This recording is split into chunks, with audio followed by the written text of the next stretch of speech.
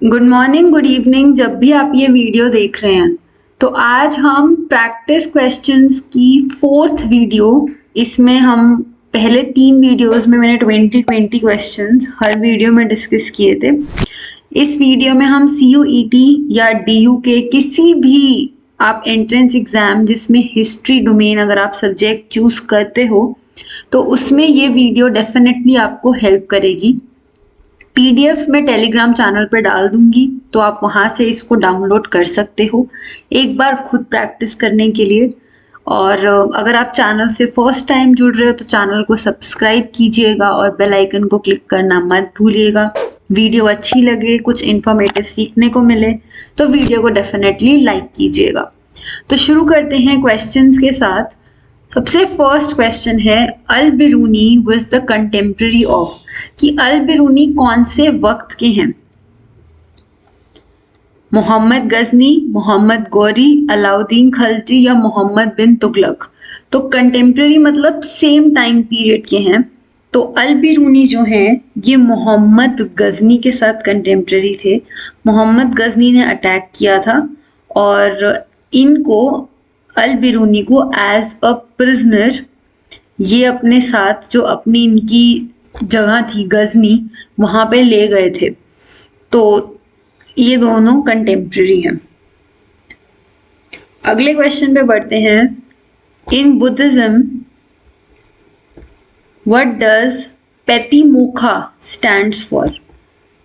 ये टर्म किस चीज के लिए स्टैंड करती है? A description of Mahayana Buddhism, a description of Hinayana Buddhism. मैंने आपको पिछले जो इसका थर्ड पार्ट था प्रैक्टिस सेशन उसमें मैंने आपको बुद्धिज्म के जो ये हिनयाना महायाना इनको मैंने आपको एक्सप्लेन किया था। तो अगर आपको वो पिछली वाला अगर आपने वीडियो नहीं देखा तो एक बार देख के ये कॉन्सेप्ट समझ भी लेना और क्वेश्चंस भी देख लेना। तो आगे बढ़ते हैं। Description of Mahayana Buddhism, description of Hinayana Buddhism, a rule of Sangha या क्वेश्चन ऑफ किंग मिंदार। तो इसका आंसर है अ रूल ऑफ संघा। जो और ये चीज जो टर्म है पतिमोक्खा, ये विनया पिटक, इसमें इस चीज को अकाउंट्स दिए गए हैं ऑफ संघा। एंड पैतिमोक्खा बेसिकली ये रिसाइट किया जाता था सेरेमनीज पे जो कि हेल्ड होती थी फुल मून और न्यू मून पे। तो उस टाइम पे इनको रिसाइट किया जाता था बाय मंक्स, तो इसको पैतिमोक्खा कहते हैं। आगे बढ़ते हैं। Which of the following king was an ardent follower of Jainism? Ardent मतलब होता है बहुत स्ट्रॉन्ग फीलिंग रखने वाला, तो वो स्ट्रॉन्ग फॉलोअर थे ऑफ जैनिज्म। बिम्बिसार, अशोक, खारावेला या फिर पुलकेशिन। तो बिम्बिसार जो है इसमें अगर आपको डाउट हो रहा है तो बिम्बिसार ना अकाउंट्स अगर आप बुद्धिज्म और जैनिज्म दोनों के देखोगे ना तो वो दोनों ही ये क्लेम करते हैं कि ये हमारे फॉलोअर थे। मतलब जैनिज्म ये क्लेम करते हैं कि ये जैन फॉलोअर थे और बुद्धिस्ट ये क्लेम करते हैं कि ये बुद्धिस्ट फॉलोअर थे। तो हम इनका स्पेसिफिकली नहीं कह सकते कि ये आर्डेंट फॉलो यानी कि दृढ़ फॉलोअर थे ऑफ जैनिज्म। अगर सेकंड की बात करें अशोका, तो अशोका ने तो बुद्धिज्म के लिए स्प्रेड किया था अलग अलग जगहों पे, तो इसीलिए जैनिज्म नहीं है।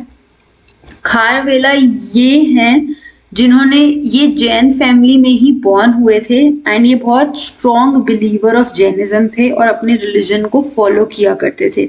इसके अकाउंट्स हमको ब्राह्मणी लैंग्वेज जो है उसमें लेटर्स मिले हैं केव्स में उड़ीसा के, वहां से हमें पता चलता है कि ये जैन फॉलोअर थे एंड इनका जन्म भी जैन फैमिली में ही हुआ था और उसके बाद भी ये इसी रिलीजन को फॉलो करते थे। अगर हम पुलकेशिन की बात करें तो ये वैष्णव थे, तो ये वैष्णव थे, बट ये ओपन थे। अगर जो शैविज्म फॉलो करते हैं या दूसरे रिलीजन्स को फॉलो करते हैं ये उनको लेके भी टॉलरेंट थे, ऐसा कुछ नहीं था कि अपने एरिया में ये मना करते थे, बट ये खुद वैष्णव फॉलोअर थे। आगे बढ़ते हैं। क्वेश्चन 4 कह रहा है with respect to Sufi movement in India the term khanqah refers to. तो खानकाह जो टर्म होती है ये क्या रेफर करती है? एक ऐसी जगह जहाँ पे सूफी मिस्टिक्स या फिर मुर्शिद रहते हैं और स्पिरिचुअल डिस्कोर्स देते हैं। Compiled work of Sufi teachings का संग्रह कंपाइल करना। Creation of mood and nearest to God के नियर का एक क्रिएट करना, रिसाइट करना म्यूजिक, या फिर खानकाह कोई म्यूजिकल इंस्ट्रूमेंट ही होता है। तो खानकाह जो होता है ये एक पर्शियन वर्ड है, तो मतलब इसका जो ओरिजिन है वो पर्शियन है और इसका मतलब होता है अ प्लेस जहाँ पे सूफी मिस्टिक्स रहते हैं और डिस्कोर्स प्रोवाइड करते हैं। अगर हम इनकी ये जो creation of mood of nearest to God ये समा होता है जो क्रिएट किया जाता है, बट जो खानकाह की अगर हम बात करें तो वो है जो Sufi mystics live and give spiritual discourses. ठीक है, तो आगे बढ़ते हैं। क्वेश्चन 5, इनमें से विच of the following is not the main feature of modern administration. Question में सबसे इंपॉर्टेंट बात जो देखने वाली है वो है not the feature of modern administration. तो modern administration was highly decentralise मतलब पावर्स डिस्ट्रीब्यूट, एक दूसरे ने आगे आगे फर्दर पावर डिस्ट्रीब्यूट करना।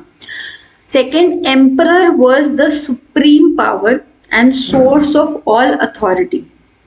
Third, army was an important tool for not only extending the territory मतलब टेरिटरी को बढ़ाना, बट जो एरिया है उसको अच्छे से एडमिनिस्टर करना, ध्यान देने के लिए भी आर्मी बहुत जरूरी हिस्सा है। Fourth, king was assisted by a council of ministers, it was called मंत्री परिषद। जो ग्रुप ऑफ मंत्री हैं वो काम करते थे और उनको मंत्री परिषद कहा जाता था। तो इनमें से जो स्टेटमेंट गलत है वो है फर्स्ट स्टेटमेंट, ये आपका आंसर होगा क्योंकि मुगल एडमिनिस्ट्रेशन में फर्दर पावर्स डिस्ट्रीब्यूट नहीं की गई थी, तो इसीलिए आपका आंसर है ए। एम्परर सुप्रीम था और सारी पावर और सोर्स ऑफ अथॉरिटी थी, ये बिल्कुल सही है। आर्मी का इस्तेमाल टेरिटरी को बढ़ाने में और एरिया अपने मॉडर्न एम्पायर में लाने के लिए यूज किए जाती थी, और आर्मी एडमिनिस्टर करना, जो एरिया उनके अंडर है उसको संभालने के लिए, उसको एडमिनिस्टर करने के लिए भी यूज की जाती थी। और किंग के काउंसिल ऑफ मिनिस्टर्स होते थे, उनको मंत्री परिषद कहा जाता था, ये भी सही है। तो ये तीनों स्टेटमेंट सही हैं, बट आपको नॉट लिखना है तो आपका आंसर ए है। आगे बढ़ते हैं। There was so much significance in the rituals associated with Mahanavami डिब्बा। महानवमी डिब्बा कौन से एम्पायर से एसोसिएटेड है? मुगल एम्पायर, दिल्ली सल्तनत, विजयनगर या नन ऑफ दीज? तो अगर हम महानवमी डिब्बा की बात करें तो ये एक हिंदू फेस्टिवल से रिलेट किया जाता है कि जो नवरात्रि या फिर महानवमी जिसको कहा जाता है, ये 9 डेज का फेस्टिवल होता है। अराउंड सितंबर अक्टूबर में ये आता है फेस्टिवल, और उस चीज को ये लोग सेलिब्रेट किया करते थे। प्रॉपर सेरेमनीज परफॉर्म की जाती थी और गिफ्ट्स लिए जाते थे, सैक्रिफाइसेस परफॉर्म किए जाते थे, किंग्स के लिए गिफ्ट लाए जाते थे, ये सब किया जाता था। महानवमी डिब्बा एक थोड़ा प्लेटफॉर्म के ऊपर एरिया माना जाता है जहाँ पे ये कौन से एम्पायर से एसोसिएटेड है, तो उसका नाम है विजयनगर एम्पायर। आगे बढ़ते हैं। Which of the following step taken by British to quell the uprising. जो भी अपराइजिंग हो रही थी उसको संभालने के लिए, उसको रोकने के लिए ब्रिटिशर्स ने क्या स्टेप लिए? ब्रिटिश ऑफिशियल्स ने डिफरेंट ग्रुप्स को send different groups to sepoys and forces, अलग अलग ग्रुप्स को भेजा। सीरीज ऑफ लॉज पास किए, अपनी ट्रूप्स को हेल्प किया कि वो सारी जो ये रिवोल्ट हो रहा है उनके अगेंस्ट विद्रोह हो रहा है उसको सप्रेस करने के लिए। ब्रिटिश जो मिलिट्री फोर्सेस थी और ऑर्डिनरी जो इंग्लिश सिटीजन्स थे वो एम्पावर हो गए थे और उन्होंने इंडियंस को पनिश करना शुरू कर दिया था। जो उन्होंने रिबेल किया था उसके लिए उनको पनिश करना शुरू कर दिया था। ना ही सिर्फ पुलिस ने बल्कि ऑर्डिनरी इंग्लिश लोगों ने भी पनिश करना शुरू कर दिया था। या फिर ऑल ऑफ द अबव। तो इसका आंसर है all of the above. British ने अलग अलग डिफरेंट ग्रुप्स को भेजा था सिपॉइज के पास जब ये अपराइजिंग हो रही थी। ये सही है। अलग अलग लॉज पास किए गए थे ताकि इस जो एकदम सिचुएशन ब्रिटिश के हाथ से निकल गई है वो संभाल सके। और ऑर्डिनरी इंग्लिश लोग भी पनिश करने लग गए थे इंडियंस को और उनको राइट अथॉरिटी मिल गई थी। ये हमने इमेजेस में भी देखा था। तो ये भी बिल्कुल ठीक है, इसलिए आपका आंसर 4th है। Next question, monuments of Hampi which was included in the list of UNESCO world heritage site, ये कहाँ पे लोकेटेड है? महाराष्ट्र में, कर्नाटका में, तमिलनाडु में या केरला में? तो ये सिचुएटेड है कर्नाटका में। ये 14th सेंचुरी का एम्पायर था, विजयनगर एम्पायर, और ये नियर तुंगभद्रा जो रिवर है उसके पास सिचुएटेड है। और 1986 में ये यूनेस्को ने इसको वर्ल्ड हेरिटेज साइट में ऐड किया था, इंक्लूड किया गया था। ठीक है, आगे बढ़ते हैं अगले क्वेश्चन की तरफ। Which of the following was the process of manuscripts production of Mughal courts? तो जो मैन्यूस्क्रिप्ट्स होती थी उनका प्रोडक्शन एक बहुत इंपॉर्टेंट हिस्सा माना जाता था, जिसके थ्रू आज भी हम हिस्ट्री को रिकवर कर पाते हैं। किताब खाना हुआ करते थे जिनमें इनको रखा जाता था। तो इनमें से कौन सा स्टेप प्रोडक्शन ऑफ मैन्यूस्क्रिप्ट में है?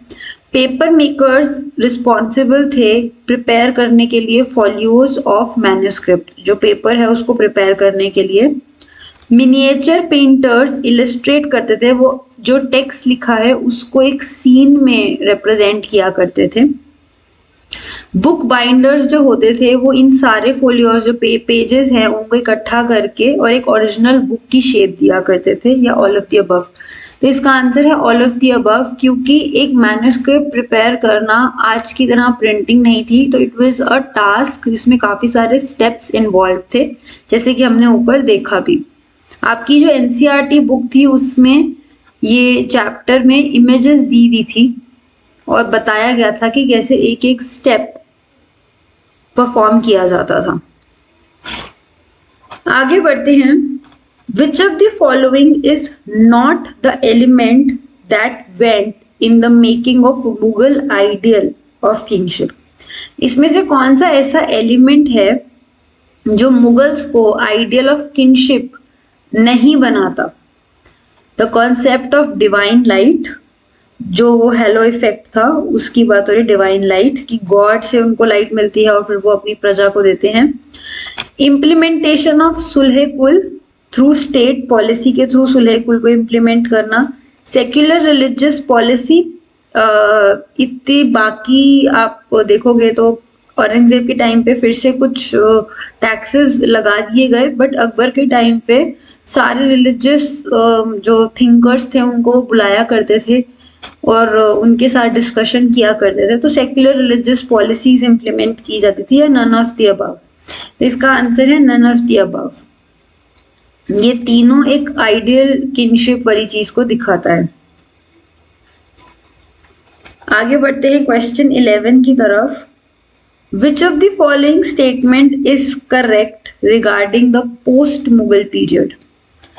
कि after Mauryans Satavahana ruled over parts of western India only. Second point है कुशाना किंग्स ने call themselves as Devaputra, hence अपने आप को एक गॉडली स्टेटस देते थे। शाका जो थे वो rulers built and erected huge statues of themselves at several places, अपनी खुद की मूर्तियां, बड़े बड़े स्टैचूज बनवाए उन्होंने। Fourth, Kushana rulers to took and grand title like Samrat Dhiraj, मतलब सम्राटों के सम्राट हो गए ना, Samrat Dhiraj, to exert their power, अपनी पावर को दिखाने के लिए। तो इसमें से कौन सी स्टेटमेंट करेक्ट है? तो जो फर्स्ट स्टेटमेंट है कि आफ्टर द मौर्यंस, ये पोस्ट मौर्यंस की बात हो रही है, सतवाहना ने वेस्टर्न इंडिया ओनली को रूल किया, ये स्टेटमेंट गलत है, क्योंकि सतवाहनास ने ना ही सिर्फ वेस्टर्न बल्कि सेंट्रल इंडिया में भी रूल किया था, तो इसलिए ये स्टेटमेंट गलत है। इस थर्ड स्टेटमेंट देखते हैं। शाका रूलर्स जो हैं उन्होंने अपने बड़े बड़े स्टैचूज बनवाए थे अलग अलग जगहों पे, ये स्टेटमेंट भी गलत है। बात सही है, स्टैचूज बनवाए गए थे, बट शाकाज ने नहीं, कुशानाज ने बनवाए थे, उन्होंने अपने स्टैचूज बनवाए थे, और इसकी एक इमेज हमारी एनसीईआरटी बुक में भी थी। तो वो शाकाज नहीं कुशानाज थे, तो इसलिए ये स्टेटमेंट भी गलत है। कुशानाज अपने आप को ये टाइटल देते थे और अपनी पावर दिखाने के लिए, तो सिर्फ कुशाना नहीं, इवन मौर्यस भी, ये आई थिंक पोस्ट यहाँ मौर्यन होना चाहिए क्वेश्चन में, मैंने अभी देखा ये मौर्यन होगा। तो इवन मौर्यंस भी खुद को ये टाइटल्स दिया करते थे, सम्राट आदिराज अशोक और सम्राट आदिराज चंद्रगुप्त मौर्य, तो अपने आप को ये टाइटल्स अपनी पावर दिखाने के लिए वो भी देते थे। तो ये सिर्फ यही नहीं, तो ये स्टेटमेंट भी गलत है। बट कुशानास खुद को गॉड की तरह दिखाने के लिए देवपुत्र टाइटल अपने आप को दिया करते थे, ये स्टेटमेंट करेक्ट है, बाकी तीनों गलत है, और मैंने एक्सप्लेन कर दिया कि क्यों गलत है। आगे बढ़ते हैं। Which of the following aspect of life, culture and activities, जो हमारे यहाँ की लाइफ है, कल्चर है और activities of Indians in various inscriptions, जो कि रिफ्लेक्ट होती हैं, रिफ्लेक्टेड इन वेरियस इंस्क्रिप्शंस, जो हमारे यहाँ की जो इंस्क्रिप्शंस हैं उनमें रिफ्लेक्ट होती है। Determination of state boundaries, names of Kings, the important historical events, all of these. तो ये क्वेश्चन ये कहना चाह रहे हैं कि जो इंस्क्रिप्शंस हमें मिलते हैं उनमें इनमें से कौन सी चीजें रिफ्लेक्ट की गई होती हैं? तो आंसर है ऑल ऑफ दी अबव, क्योंकि जो इंस्क्रिप्शंस होते हैं उसमें स्टेट बाउंड्रीज कि किस राज्य का कहाँ तक का है, जैसे मैंने आपको बताया अभी कि शाकाज ने सिर्फ वेस्टर्न नहीं बल्कि सेंट्रल इंडिया में भी रूल किया, तो ये कहीं से तो हमें मिला ना, सोर्स है हमारे पास उस चीज का, तो ये बाउंड्रीज मेंशन की गई हैं। दूसरा, राजाओं के नाम हमें देखने को मिलते हैं और बड़े बड़े हिस्टोरिकल इवेंट्स भी मेंशन करे जाते हैं, तो ये सब कुछ हमें देखने को मिलता है, इसीलिए आंसर है ऑल ऑफ दी अबव। आगे बढ़ते हैं। अब ये कुछ महाजनपदा दिए हुए हैं, जनपदास, और फिर जो सबसे ज्यादा इंपॉर्टेंट उनमें आगे महा लग जाता है, तो महाजनपदा वेस्ट से ईस्ट की तरफ जाते हुए आपको इनको अरेंज करना है। मत्स्या, चेड़ी, मगध, अंगा, मगध, मत्स्या, चेड़ी, अंगा, ये चार ही हैं बट अलग अलग ऑर्डर्स में हैं, तो you have to place them from west to east direction. तो आप पहले एक बार देख लो, बाकी आंसर ये मैप से आपको समझ आ ही जाएगा। सबसे पहले आएगा मत्स्य, ये वेस्ट हम चल रहे हैं, मैप में ही दिखा रही हूँ मैं। पहले मत्स्या, फिर चेड़ी, चेड़ी के बाद अगला क्या ऑप्शन था हमारे पास, मगध और अंगा ना, तो ये आपका मगध है और फिर ये आपका अंगा है, तो इसीलिए आपके आंसर्स हो गए मत्स्या, फिर चेड़ी, फिर मगध और फिर अंगा। तो इस तरीके से ये हो गया आपके आंसर, तो आपका आंसर है ए।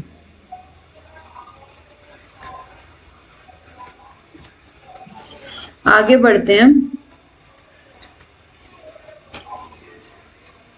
इनमें से कौन सी ऐसी बिल या reform had far-reaching consequences on nationalist movement in India, trying to remove racial differences, जो racial differences between white और black थे उसको remove करने में और nationalist movement में एक consequent की तरह उसने far-reaching impact डाला, वो कौन सी बिल थी?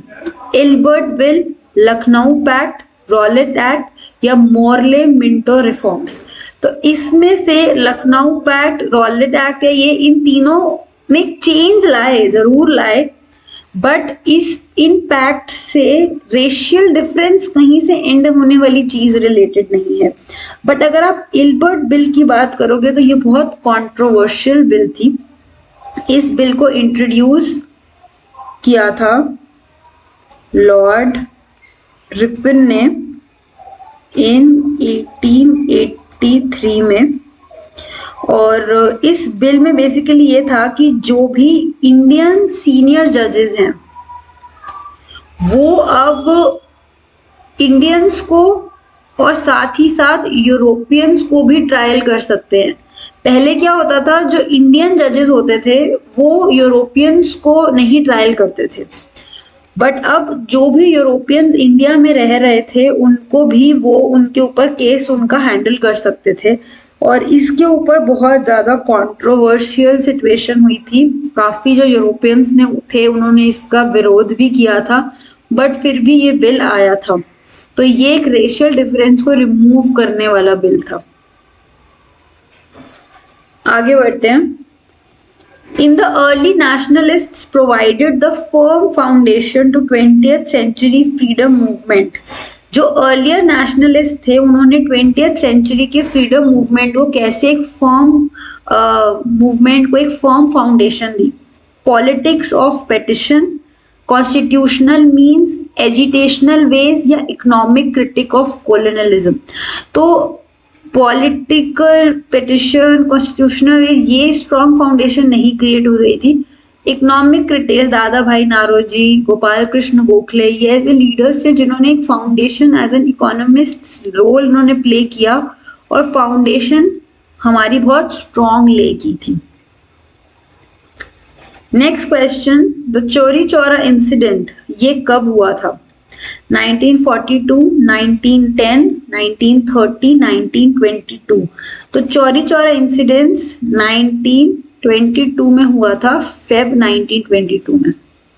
और इसी से रिलेटेड कुछ जो मैंने चार जो गांधी जी की मोस्ट इम्पॉर्टेंट मूवमेंट्स हैं, Champaran, non cooperation movement, salt march और सिविल डिसोबीडियंस मूवमेंट, और फिर लास्ट में जो उन्होंने क्विट इंडिया मूवमेंट की।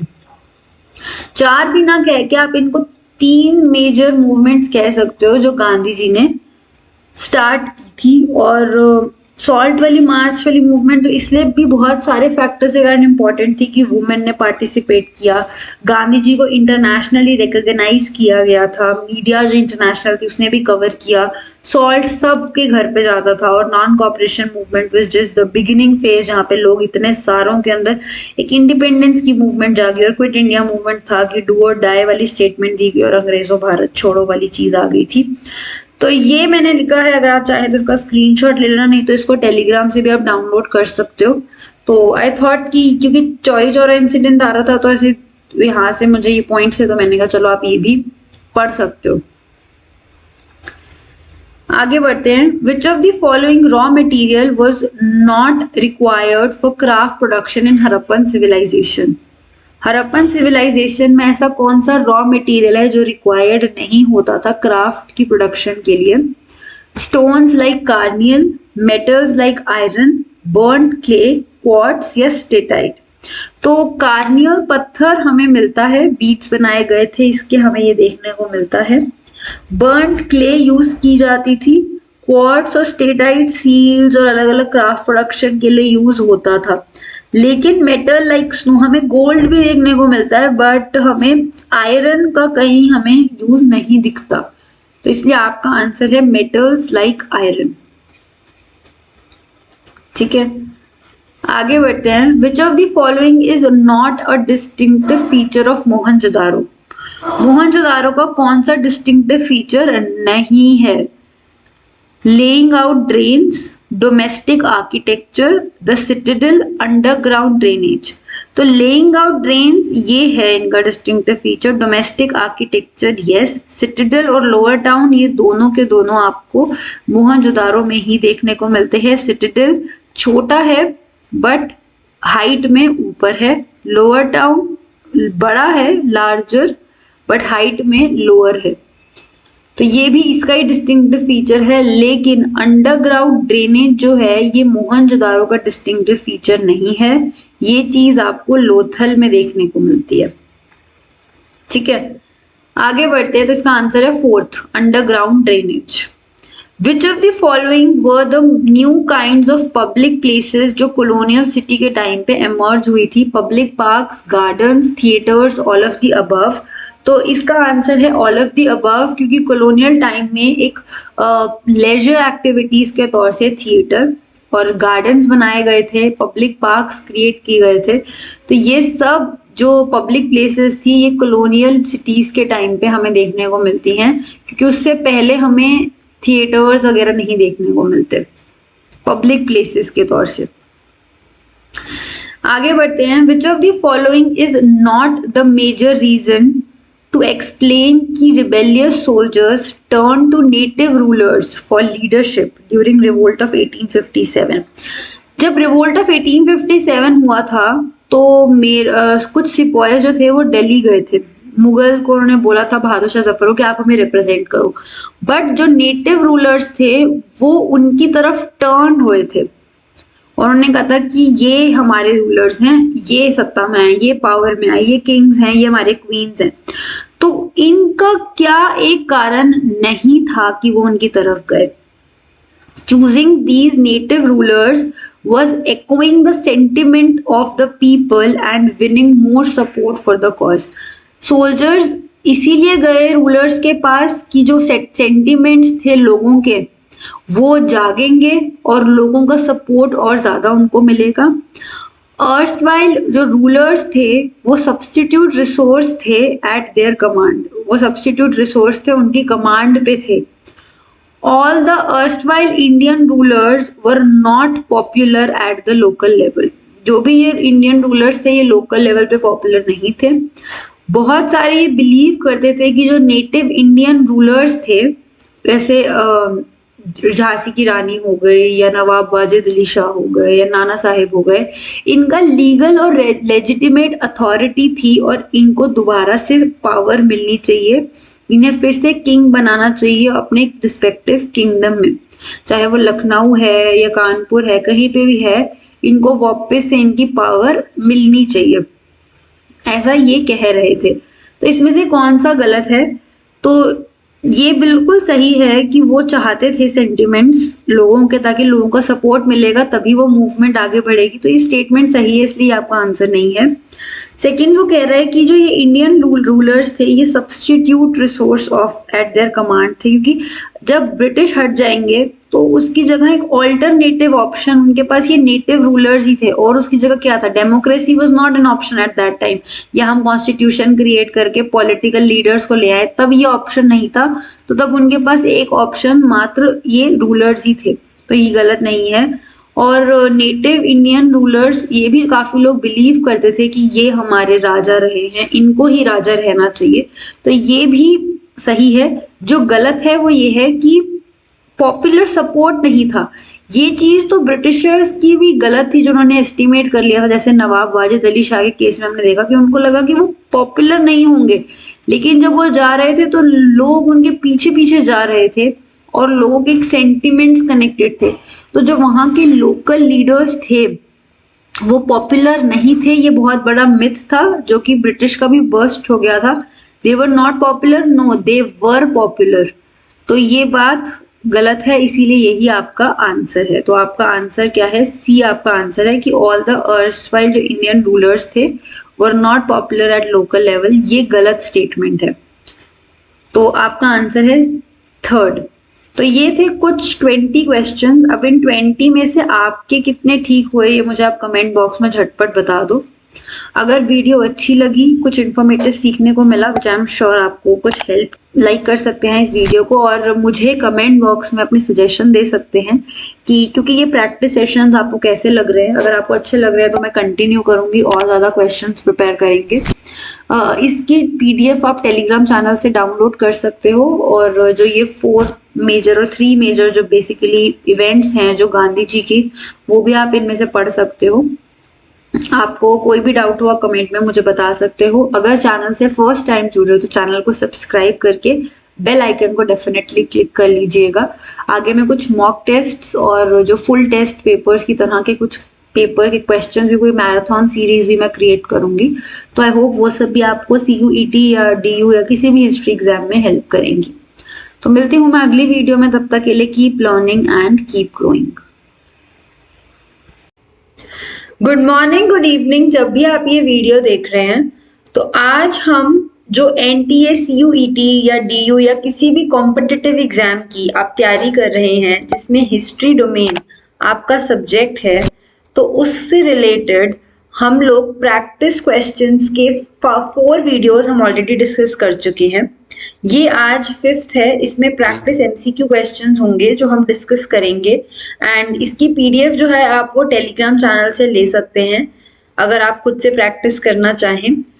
प्रैक्टिस क्वेश्चंस की जो ये सीरीज है, इसमें हम क्वेश्चंस भी डिस्कस करते हैं और उसके आसपास जो भी इम्पोर्टेंट आंसर्स और आपको एक्सप्लेनेशन है जिससे भी एक्सपेक्टेड है क्वेश्चन आ सकता है, वो भी हम पूरा डिस्कस करते हैं। So hello and welcome to Success Learning. I hope आप सब बहुत अच्छे होंगे। अगर आप वीडियो से और चैनल से फर्स्ट टाइम जुड़ रहे हैं तो चैनल को सब्सक्राइब कीजिएगा और बेल आइकन को क्लिक करना मत भूलिएगा। वीडियो अच्छी लगे, कुछ इन्फॉर्मेटिव सीखने को मिले तो वीडियो को डेफिनेटली लाइक कीजिएगा। तो शुरू करते हैं। First question, from which of the following source the people of Vijayanagara obtained water for their needs. जो विजयनगर के लोग थे वो अपनी जो पानी सबको चाहिए उसकी जरूरत वो कैसे पूरी किया करते थे, क्या सोर्स था? Tungabhadra river, Brahmaputra river, Sindhu river या इनमें से कोई भी नहीं, नन ऑफ द अबव। तो इसका आंसर है जो विजयनगर एम्पायर है वहां पे तुंगभद्रा रिवर फ्लो करती है उसके नॉर्थ ईस्ट एरिया में। I think so north east ही है, बट मुझे हल्का सा कंफ्यूजन हो रहा है तो आप एक बार चेक कर लीजिएगा। तो वहां पे वो फ्लो करती है एंड वो एक बहुत बड़ा सोर्स था जो विजयनगर एम्पायर के लोगों के लिए।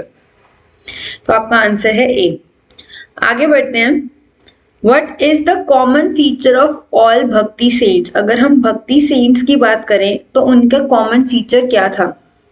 कंपोज देयर वर्सेस, अपने वर्सेस कंपोज करते थे उस भाषा में जो कि उनके फॉलोअर्स समझ सकें। अथॉरिटी, जो प्रीस्टली क्लास थी, जो ब्राह्मण्स थे, उनकी अथॉरिटी को वो रिजेक्ट करते थे। थर्ड, वुमेन को डिस्करेज करते थे, मतलब उनको डिस्करेज करना मतलब उनको प्रोत्साहन ना देना, उनको डीमोटिवेट करना कि वो अपने आप को एक्सप्रेस करें, उस बात से वो डिस्करेज करते थे।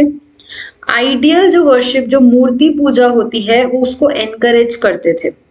तो बताइए इनमें से कौन सा एक कॉमन फीचर है जो सारे जो भक्ति सेंट्स होते थे वो फॉलो करते थे? तो इसका आंसर है कि ए, वो अपनी जो वर्सेस होते थे लैंग्वेज, उस लैंग्वेज में कंपोज करते थे जो सारी भाषा, जो उनके फॉलोअर्स हैं वो समझ सके। इसलिए कभी कभी वो रीजनल जो लैंग्वेज होती थी उसमें वो उनको कंपोज भी किया करते थे। अगर हम सेकेंड पॉइंट को देखें कि वो रिजेक्ट करते थे अथॉरिटी ऑफ ब्राह्मण्स, तो ये सही नहीं है। काफी बार जो बहुत लिटरेट होते थे, संस्कृत रीडिंग लोग होते थे, उनको वो भी भक्ति सेंट्स बनते थे। तो संस्कृत क्लास जो ब्राह्मण्स होते थे उनको रिजेक्ट नहीं किया जाता था अथॉरिटी को। वुमेन को एक्सप्रेस करने दिया जाता था, उनको एनकरेज किया जाता था, डिस्करेज नहीं किया जाता था। मूर्ति पूजा को वो एनकरेज नहीं करते थे, तो इसीलिए कॉमन, कुछ भक्ति सेंट्स करते थे, कुछ नहीं करते थे। तो इसीलिए जो कॉमन फीचर की बात है तो वो आपका आंसर है ए।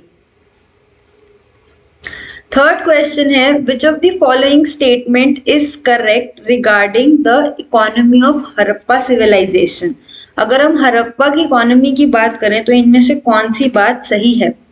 During Harappa civilization economic life of the people was very poor, कि वहां के जो लोग थे वो बहुत गरीब थे।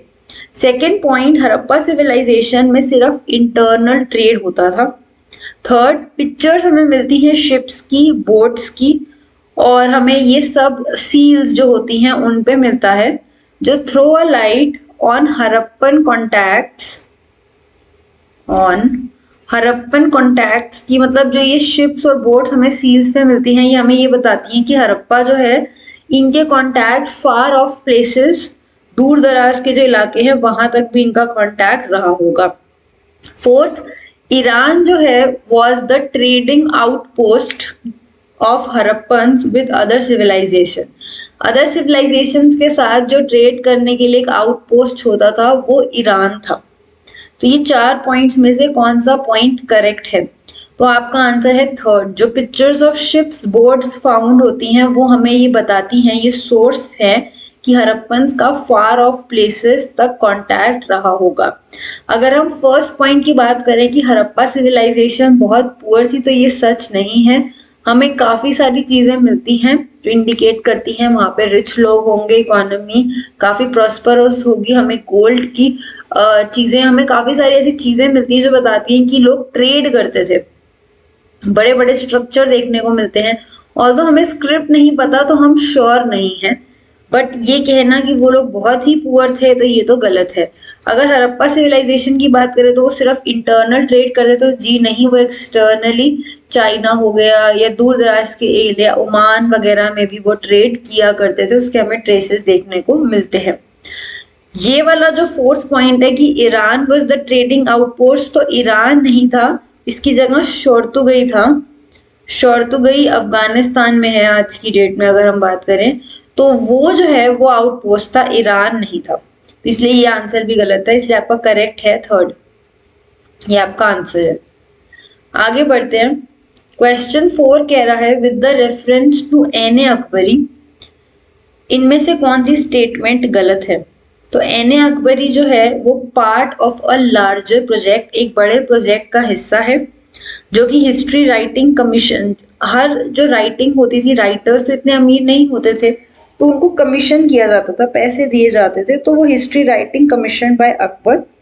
Second point, it contains, Ain Akbari contains valuable information जो कि रिकंस्ट्रक्टिंग, हमें जो मुगल्स की हिस्ट्री है, चाहे वो एग्रीगेरियन जो एग्रीकल्चर करते थे वहां पे, उनकी हिस्ट्री को समझने में हेल्प करती है, वैल्यूएबल इंफॉर्मेशन है। Third, data was not collected uniformly from all places, हर जगह से बराबर तौर से डेटा नहीं कलेक्ट किया गया था। फोर्थ, डिटेल लिस्ट प्राइसेस के, वेजेस के हमें एन अकबरी में मिलते हैं। आगरा और उसके आसपास के एरिया के बारे में हमें उनके वहां कितना प्राइस था चीजों का, लोगों को कितनी तनख्वाह, वेज कितनी मिलती थी, वो सब हमें देखने को मिलता है। तो इसमें से कौन सा इनकरेक्ट है? तो अगर हम फर्स्ट स्टेटमेंट की बात करें तो फर्स्ट स्टेटमेंट ये कह रही है कि एन अकबरी एक लार्जर प्रोजेक्ट का हिस्सा था, तो ये सही है। जो अकबरनामा था ये उसका पार्ट था, अकबरनामा के 3 पार्ट्स थे ना जो कमीशन बाय अकबर थे, तो उसमें से एक पार्ट था एन अकबरी, तो इसलिए ये स्टेटमेंट सही है। अगर हम इस पॉइंट को भी छोड़ते हैं, थर्ड पॉइंट पे आते हैं कि डेटा जो था वो हर जगह से बराबर नहीं इकट्ठा किया गया था, तो ये सही है। जो कैपिटल एरिया होता था या जो इम्पोर्टेंट सिटीज होती थी वहां का डेटा थोड़ा ज्यादा अच्छे से पता है, बट जो दूर दराज के एरिया होते थे उनके बारे में ज्यादा डिटेल में नहीं चीजें दी गई हैं, तो यूनिफॉर्म नहीं है, कहीं के बारे में हमें ज्यादा पता है और कहीं के बारे में हमें ज्यादा नहीं पता है, तो नॉट कलेक्टेड यूनिफॉर्मली। अगर हम फोर्थ पॉइंट की बात करें तो प्राइजेस लिस्ट, डिटेल्ड वेजेस वगैरह एन अकबरी में मेंशन है।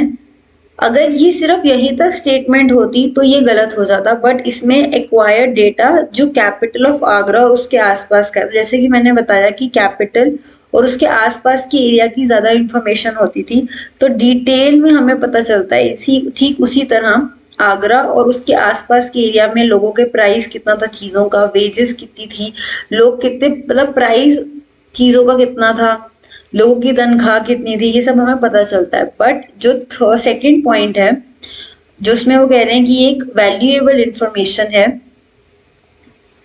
Of reconstructing the agrarian history of Mughals, ये आंसर आपका गलत है और इसीलिए यही आपका आंसर बन जाएगा, क्योंकि ये कंटेन्स इनवैल्यूएबल इंफॉर्मेशन, वैल्यूएबल नहीं इनवैल्यूएबल, आप उसकी वैल्यू नहीं आंक सकते, तो ठीक है, इसलिए इसका आंसर है आपका सेकंड। आगे बढ़ते हैं।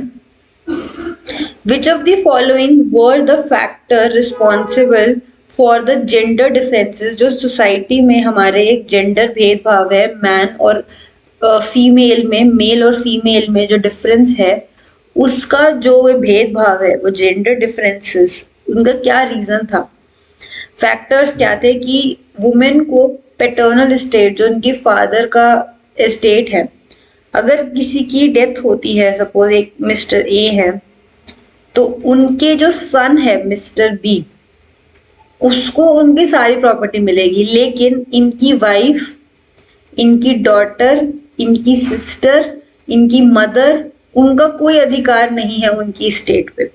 ये होता था रूल, और यही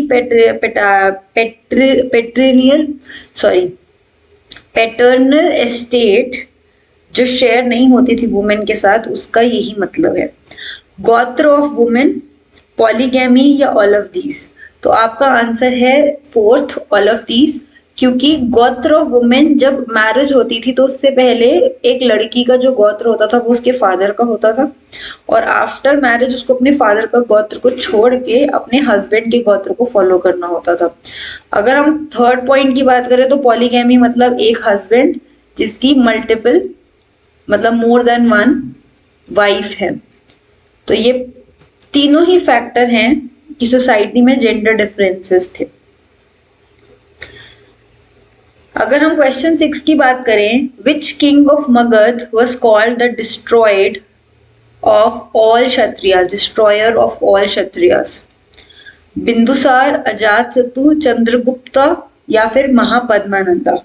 तो अगर हम ऐसे किंग की बात करें जो मगध के थे और उनको डिस्ट्रॉयर ऑफ ऑल क्षत्रिया माना जाता था, तो इसमें आई थिंक सो आप चंद्रगुप्त और महापद्मानंदा में कंफ्यूज हो सकते हो, क्योंकि Chandragupta was also belonging to Maurya community, and अभी तक ये चीज अगर हम ब्राह्मणिकल टेक्स्ट में देखें तो मौर्य कम्युनिटी को हम क्षत्रिय नहीं मानते, एंड किंग्स हमेशा क्षत्रिय होते थे। तो डिस्ट्रॉयर ऑफ ऑल क्षत्रिय की अगर हम यहाँ पे बात करें, बट इसका आंसर महापद्मानंदा है, चंद्रगुप्त मौर्य नहीं है, क्योंकि उनको डिस्ट्रॉयर ऑफ ऑल क्षत्रिय माना जाता था।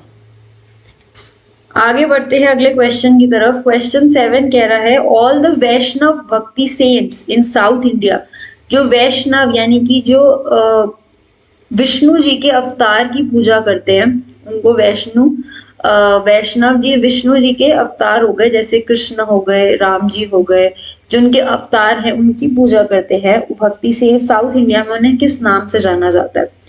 अलवर्स, नयनार्स, सगुना, निर्गुणा? तो उन्हें अलवर्स कहा जाता है। और अगर हम नयनार्स की बात करें तो वो हो गए जो शिव जी की पूजा करते हैं।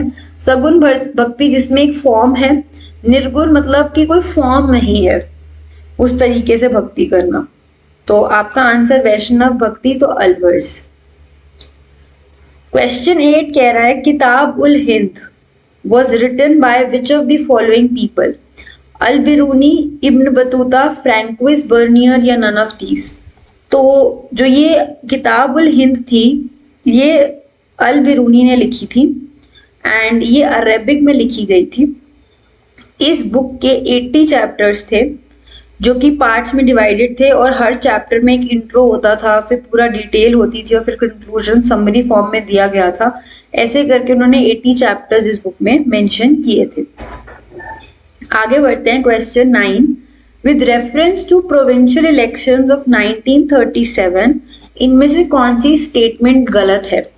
Provincial elections of 1937 held in British India, क्योंकि तब तो हम 1937 में ब्रिटिश इंडिया थे, as a mandated by the government of India act 1935। जो 1935 गवर्नमेंट ऑफ इंडिया एक्ट है, उसके मैंडेट के हिसाब से ये चीज हुई थी, प्रोविंशियल इलेक्शन हुए। सेकेंड है, the election was based on limited adult franchise, कि हर कोई वोट नहीं कर सकता, लिमिटेड एडल्ट फ्रेंचाइज थी। थर्ड, इलेक्शन मैनिफेस्टो जो कांग्रेस का था, उसने रीअफर्म किया कि वो जो गवर्नमेंट ऑफ इंडिया एक्ट 1935 है वो उसको एक्सेप्ट करते हैं, टोटल एक्सेप्टेंस, या फिर नन ऑफ दीज। तो इसमें से अगर हम इनकरेक्ट की बात करें तो वो है थर्ड पॉइंट, कि elections of manifesto, the election manifesto of Congress reaffirmed its total rejection of the government of India act 1935। तो एक्सेप्टेंस नहीं, रिजेक्शन था, इसीलिए ये आपका आंसर है। ये इनकरेक्ट की बात हो रही थी। आगे बढ़ते हैं क्वेश्चन 10 की तरफ। Which of the following land revenue system during British rule was known based on sunset law? Sunset law मतलब जैसे ही सनसेट हुआ उससे पहले आपको हमें अपना जो भी रेवेन्यू है वो पूरा देना है। Ryotwari system, Mahalwari system, permanent settlement या ऑल ऑफ दीज। तो ये जो सिस्टम था ये परमानेंट सेटलमेंट में होता था और अगर आप नहीं देते थे तो आपकी जो जमींदारी होती थी उसको जब्त कर लिया जाता था और उसकी ऑक्शन होती थी, जो हमने चैप्टर के बिल्कुल इंट्रो में देखा था कि एक स्टेट की ऑक्शन हो रही थी। अब कुछ परमानेंट सेटलमेंट पे ही अगर कुछ क्वेश्चन आ जाए तो थोड़ा सा डिस्कस कर लेते हैं।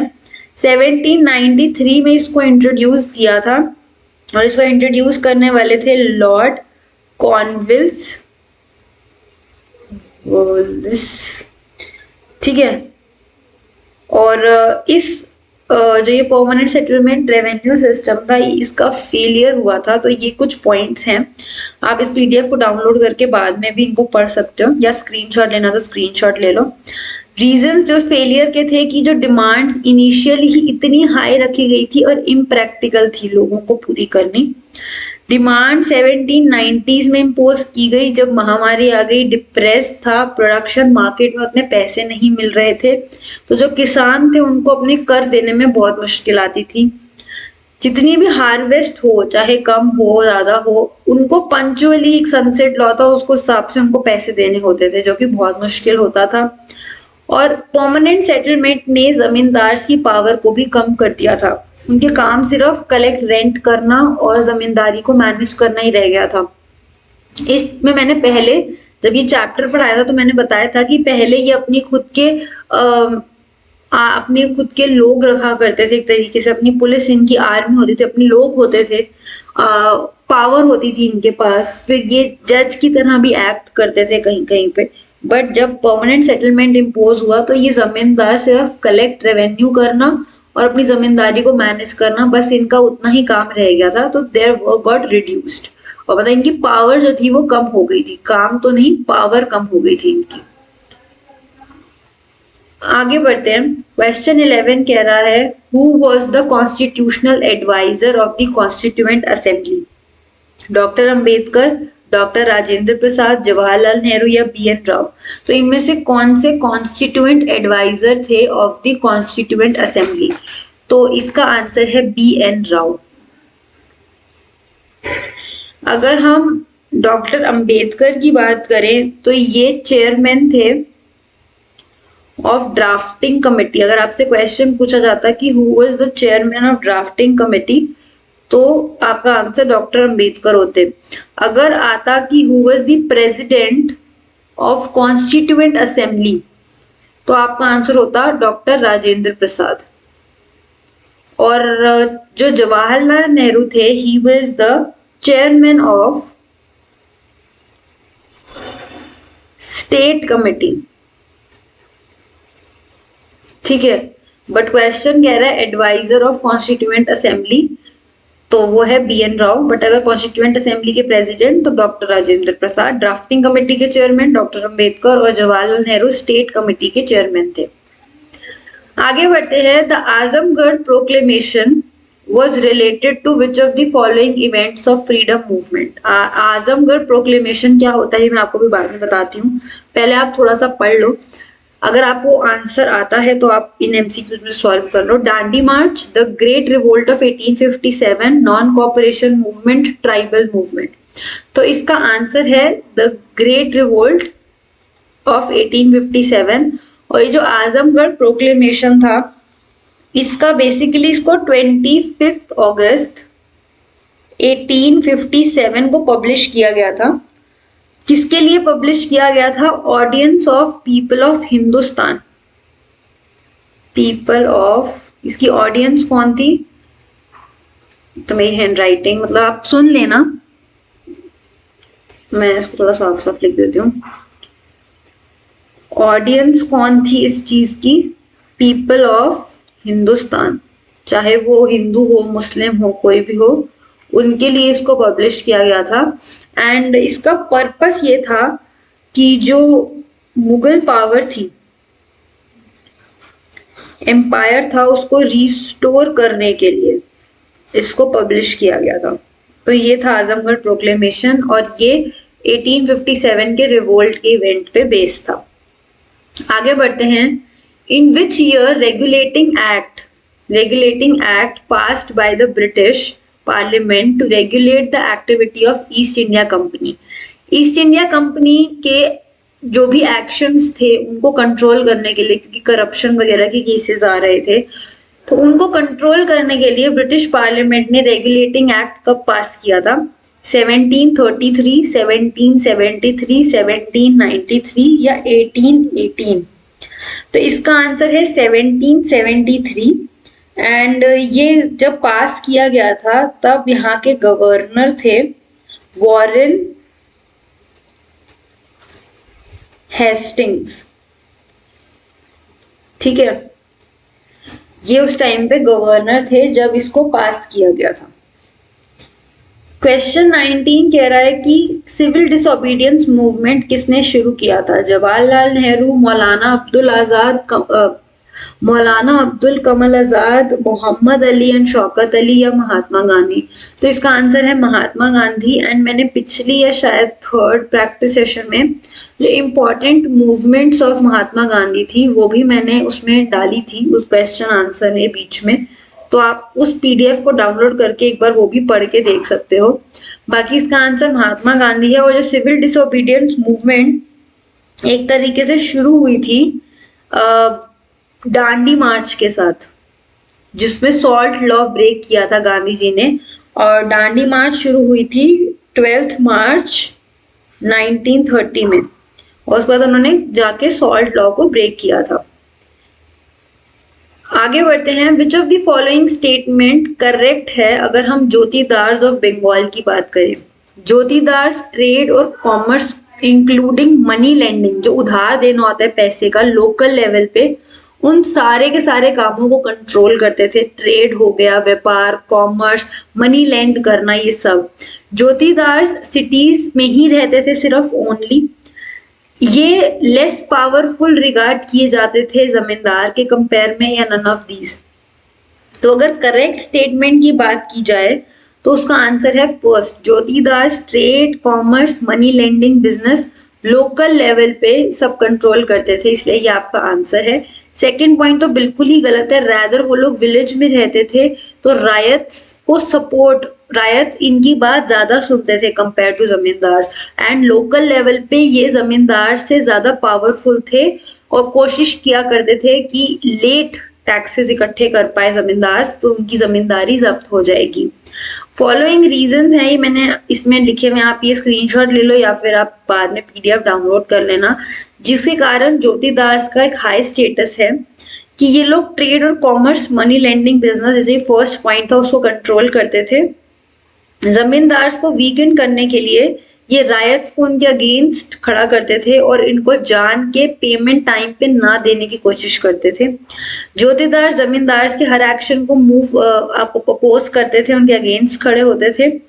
ज्योतिदास विलेज में ही रहते थे, इसीलिए इनके पेजेंट के कंपैरिजन में ज्यादा अच्छी वो थी, क्या कहते हैं, पोजीशन, और इसीलिए सेकंड जो पॉइंट है वो इनकरेक्ट है, जिसमें ये कह रहा है कि ज्योतिदास लिव्ड इन सिटीज ओनली, तो ये गलत है।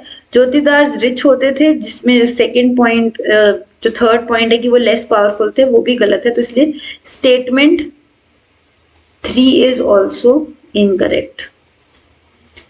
ठीक है, आगे बढ़ते हैं। Which of the following is और are different colonial architectural styles जो कि बॉम्बे सिटी में हम देख सकते हैं? Traditional Indian building, colonial bungalow, gothic architecture, या ऑल ऑफ दीज? तो हमें सारे ट्रेडिशनल इंडियन बंगलोज, जो कॉलोनियल रूलर्स की जो बंगलोज, इंडियन बिल्डिंग्स, बंगलोज और गॉथिक आर्किटेक्चर, ये तीनों हमें देखने को मिलते हैं जब हम बॉम्बे सिटी की बात करते हैं। आगे बढ़ते हैं। क्वेश्चन 17 कह रहा है which of the following religious belief ने 1857 के इवेंट को, जो रिवोल्ट था, उसको शेप किया था। सोल्जर्स को ऐसी कार्ट्रिज दी गई थी जिसमें काऊ और पिग का फैट था। कंपनी ने ऐसे रिलीजियस और सोशल रिफॉर्म्स जैसे कि मॉडर्न एजुकेशन इंट्रोड्यूस की थी और सती को बैन किया था, ये सब इंट्रोड्यूस किया। Third important of such reforms was prevention of Sati system और विडो रीमैरिज, या फिर all of the above.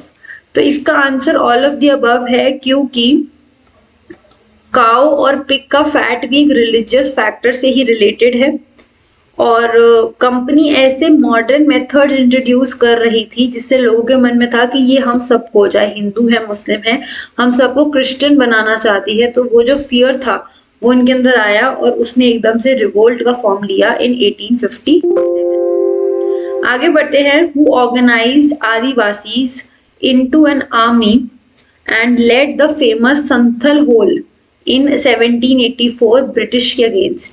Birsa Munda, Tilka Manjhi, Jaipur Singh Munda या फिर तांतिया भिल? तो इसका आंसर है तिक्का मांझी। इन्होंने 1784 में ब्रिटिश के अगेंस्ट जो सारे के सारे ट्राइब थे, संथल थे, उनको मोबिलाइज किया था। तो फेमस वो एक आर्मी अपनी उन्होंने इकट्ठी ऑर्गेनाइज की थी आदिवासीज की। आगे बढ़ते हैं। Who was the founder of Asiatic Society of Bengal? William Bentinck, Annie Besant, Ram Mohan Roy या फिर सर विलियम जोन्स? तो इसका आंसर है सर विलियम जोन्स और ये 1784 में Asiatic Society of Bengal found की गई थी। अगर हम विलियम बेंटिक की बात करें तो इन्होंने सती को एबॉलिश किया था 1829 में और इनको हम लोग फादर ऑफ मॉडर्न जो वेस्टर्न एजुकेशन है इन इंडिया, उसका फादर भी हम इन्हें कहते हैं, विलियम बेंटिक को। एनी बेसेंट ये फर्स्ट इंडियन वुमेन थी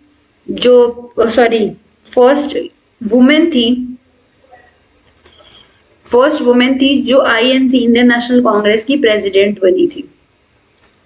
राम मोहन रॉय जो थे, इनको तो स्टार्टेड ब्रह्मो समाज, उनको स्टार्ट करने वाला इनको माना जाता है।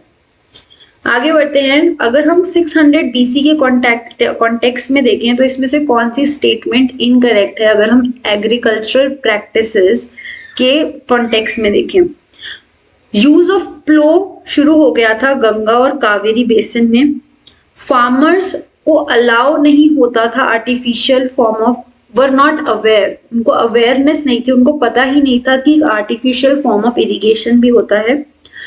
Excessive to meet the demands of excessive taxes, बहुत सारे टैक्सेस को पूरा करने के लिए without taking lesser produce, farmers को अपनी प्रोडक्टिविटी इंक्रीज करनी पड़ रही थी और demands of taxes post 600 BC बढ़ गए थे। तो इसका आंसर जो सही है, जो इसमें से इनकरेक्ट है, वो है farmers were not aware about artificial form of irrigation, ये इनकरेक्ट है। बाकी ये सही है, प्लॉ यूज होना शुरू हो गया था, टैक्सेस बहुत ज्यादा थे इसीलिए उनको प्रोडक्टिविटी बढ़ानी पड़ रही थी और 600 के बाद तो टैक्सेस और भी बढ़ गए थे, कर जो होता था वो बढ़ गया था। तो और आर्टिफिशियल फॉर्म ऑफ इरिगेशन तो बहुत पहले से पता ही थी, तो इसलिए ये आपका आंसर है जो इनकरेक्ट है। तो ये थे आपके 20 क्वेश्चन। इसमें से आपके कितने सही हुए आप मुझे कमेंट बॉक्स में झटपट बता दीजिए। अगर आपको कोई भी डाउट हो तो आप मुझे कमेंट बॉक्स में पूछ सकते हैं। वीडियो अच्छी लगी, कुछ इन्फॉर्मेटिव सीखने को मिला तो वीडियो को डेफिनेटली लाइक कीजिएगा और अगर चैनल से फर्स्ट टाइम जुड़े तो चैनल को सब्सक्राइब करके बेल आइकन को जरूर क्लिक कर लीजिएगा। ये पीडीएफ आप डाउनलोड कर लीजिएगा क्योंकि कुछ पॉइंट्स भी मैंने बीच बीच में मेंशन किए हैं जो आपको हेल्प करेंगे।